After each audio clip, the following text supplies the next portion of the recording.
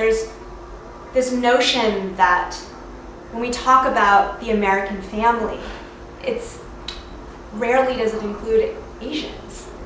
So, and that metaphor of the family is quite powerful and used quite often politically.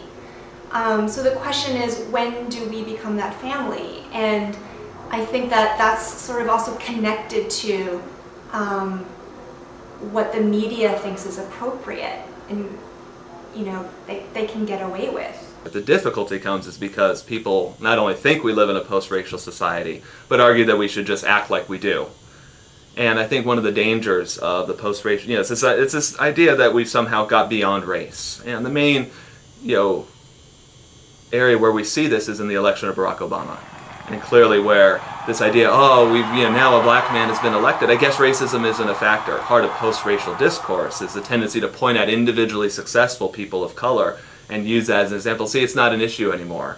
And so this idea that we live in a post-racial society has, in my mind, very negative effects. And some of these negative effects, of course, is to dissolve this understanding of institutional racism. It robs us of a way of understanding the connections between The Last Airbender and its controversy and everything, and these other issues, such as the desire to be more white, the desire to get surgery on one's eyes, the desire that has been internalized. And we're not going to be able to make those connections if we embody this post-racial discourse. In fact, in my mind, this post-raciality is actually the best way to keep these inequalities, to keep these gaps, to keep Asians on the sidelines. This is the most effective way to do it, is to be colorblind, pretend that it isn't there.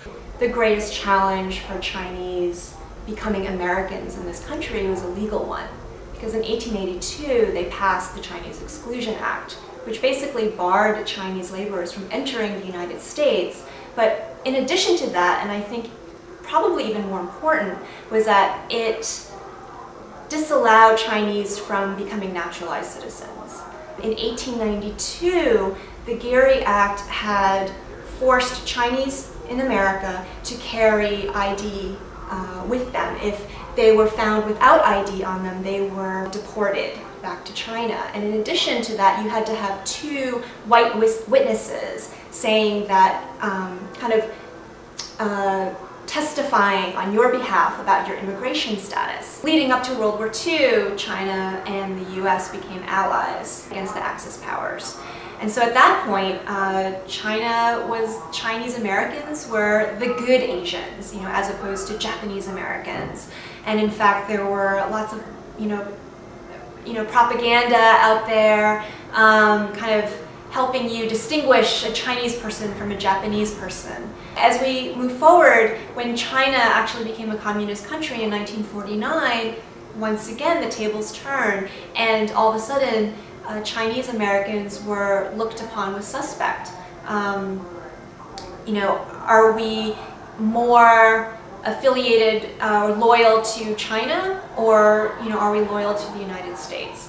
And within the span of a few years, we became enemies. And so when you think about the whole stereotype of Chinese, or Asians for that matter, being the perpetual foreigner, I feel that it really goes back to these policies, these national policies that we had in this country. And that was, a racial line, that was a color line that was set a long time ago. And I think that when we think about stereotypes, it's not just perception. It's not just about, you seem different, you look different. I think that there are policies and laws that are set into place that really reify that perception. In The Last Airbender, we clearly see that we're still dealing with issues of exclusion, of marginalization. And I think of the casting call. The Paramount's original for the 4 main characters says Caucasian or any other ethnicity. The argument that this is colorblind casting is simply a non-starter when we see that clearly they were looking for a certain image right from the start. Institutional racism helps us see how racism, it's not about racist, it's not about going to Paramount saying everybody there, and the director too, even though he's Asian himself, they're all a bunch of racists. But what we're dealing with is something much larger. We're dealing with something more systemic. Nowadays, you kind of have to have the authenticity in your actual movie. You gotta have a black, an audience is not gonna believe a white kid playing a black a black kid. What do you think about if they have, like what they're doing in this film, they have white actors playing Asian characters? It's not right. It's not right.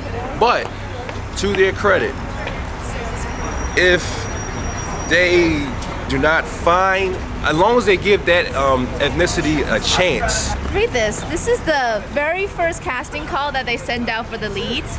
This is Okay. actually what they send out to agencies, and then so agencies read that breakdown and then they send in actors. So does that say to you they give other ethnic actors an equal chance? Caucasian or. Yeah, I mean, that's, man, it is. Yeah, it is, yeah, I mean, it's right here. I mean, it still shocks me that Yellowface is happening in 2010. Why that is still happening, I wonder if it has to do with political power, if it has to do with consumer power. Movie houses, they're really looking at profitability. Unless we make a stand and really create some kind of disruption in that consumer market, I feel that it could continue. So you're here for the against race bending in the Yes. Avatar film. The unique thing about Avatar Last Airbender was Mike and Brian, the creators of the show, was originally approached by Nickelodeon to do a show that they said, like Harry Potter, like Lord of the Rings. And what they fought for with Nickelodeon was that instead of doing wands and trolls and stuff, they wanted a story set in Asia using martial arts and Buddhist and Shinto philosophies. And then partnered with the Korean studio. And all the initial concept arts, which we have here on the table, show the original conceptions for each character was exactly the races that we said. So Aang, completely based off of Tibetan and Chinese. The Sokka and Katara, two side characters, were Inuit Yupik, and Zuko, who's the anti-hero, first season main antagonist, is a mix of Japanese and Chinese imperialistic culture.